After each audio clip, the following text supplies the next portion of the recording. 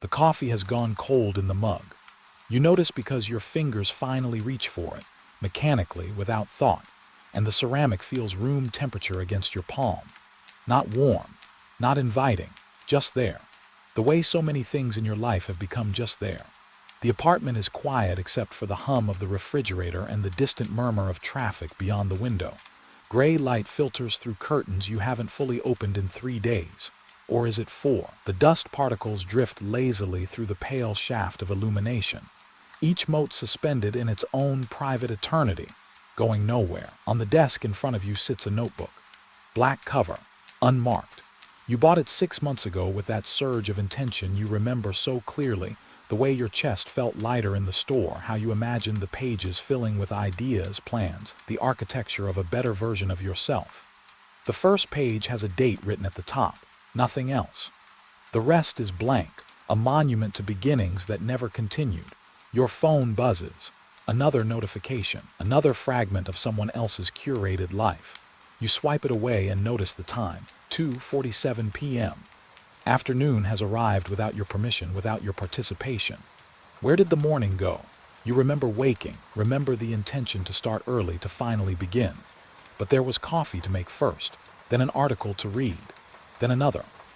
The hours dissolved like sugar in water, leaving only this vague sweetness of time passed, calories consumed. Nothing nourished. Tomorrow, you think.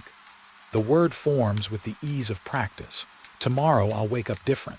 Tomorrow the energy will be there. Tomorrow the mood will align with the ambition. Tomorrow. But you've thought this before. You've thought this so many times the word has worn smooth, lost its meaning, become just a sound you make to quiet the discomfort of now. The notebook stares back at you, patient as stone. The coffee grows colder. The dust continues its aimless drift through the half-light. And you sit there, suspended between what you imagine you'll do and what you're actually doing, which is nothing, which is waiting, which is living as if you have forever to become the person you're supposed to be. Somewhere in your chest, beneath the numbness and the comfortable fog of delay, something tighter is forming. Not quite dread, not quite panic, more like the first recognition of a truth you've been avoiding. That this moment, this exact configuration of light and breath and possibility, will never come again, and you're letting it pass untouched. You stand, not with purpose exactly, but with the restlessness of someone who can no longer bear sitting. Your legs feel heavy, underused. The floorboards creak beneath your weight, solid, real, indifferent to your internal negotiations. In the bathroom mirror, your face looks back. Not younger, not older, just present. The same face that will look back tomorrow and the day after until one day it won't. How many times have you stood here, brushing your teeth while your mind races ahead to some imagined future, some version of your life that feels more substantial than this one? The Stoics had a practice. Memento mori, they called it. Remember that you will die, not as morbid fascination, but as clarity, as the cold water that shocks you awake. Marcus Aurelius, Emperor of Rome, the most powerful man in the known world, would sit in his palace and write reminders to himself in the dark hours before dawn. You could leave life right now. Let that determine what you do and say and think. The most powerful man in the world, reminding himself that power means nothing against time. You run water over your hands, cold first, then warming. The sensation travels up your wrists, sharp and immediate. This is real. This moment. Not the one you're planning for, not the one you're remembering. This one with water running over skin, with the sound of it hitting porcelain, with the light from the window catching in the drops. What if laziness isn't about energy at all? What if it's about awareness? You've been waiting to feel ready, waiting for inspiration to arrive like some external force that will finally give you permission to begin. But what if readiness never comes? What if the feeling you're waiting for is manufactured by the same mind that's keeping you paralyzed?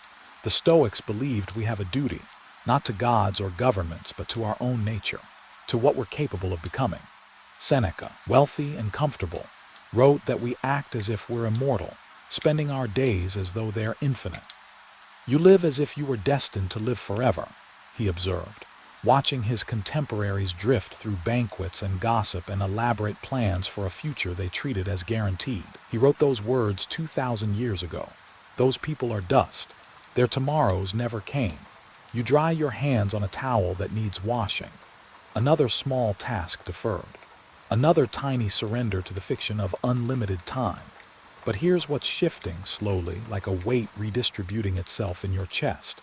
The recognition that this exact moment of drying your hands, of standing in afternoon light, of noticing the texture of worn cotton, this is not preparation for life. This is life.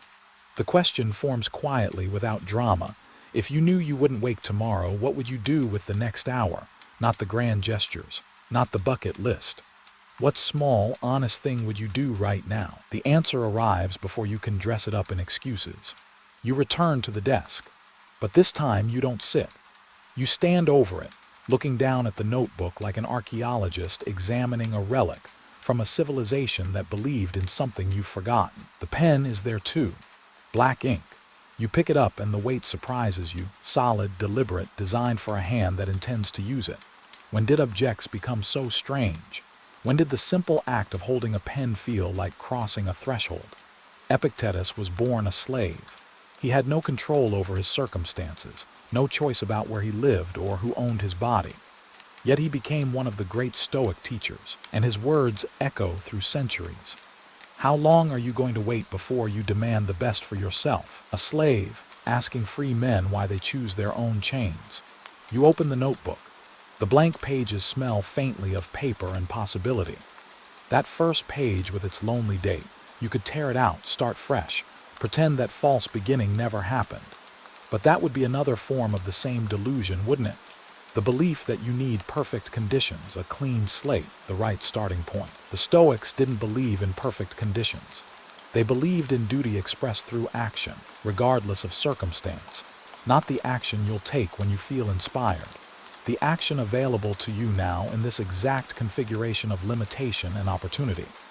Your hand moves, not because you feel ready, not because inspiration has struck like lightning, but because the alternative, standing here, waiting for a feeling that may never arrive, has finally become more unbearable than the discomfort of beginning. You write the date, today's date.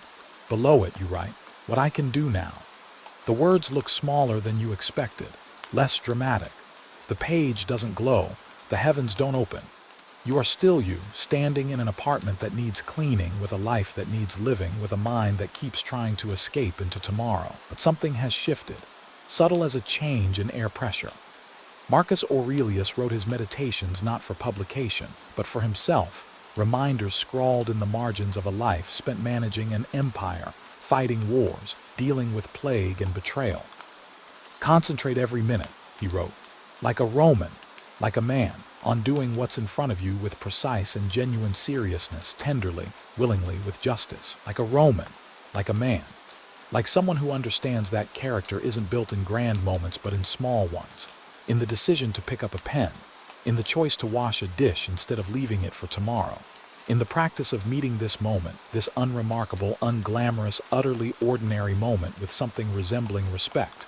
Because this moment is all you have. Not metaphorically, not philosophically. Literally. The past is memory. The future is imagination. This, pen in hand, breath in lungs, light fading toward evening. This is the only territory where you have any power at all. What will you do with it?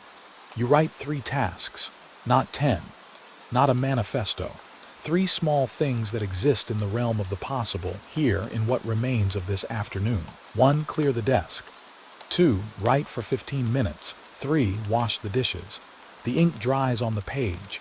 The words don't shimmer with importance. They sit there, plain and factual, like stones marking a path. You begin with the desk because it's nearest. Old receipts, a book you meant to read, papers from a project you've been avoiding.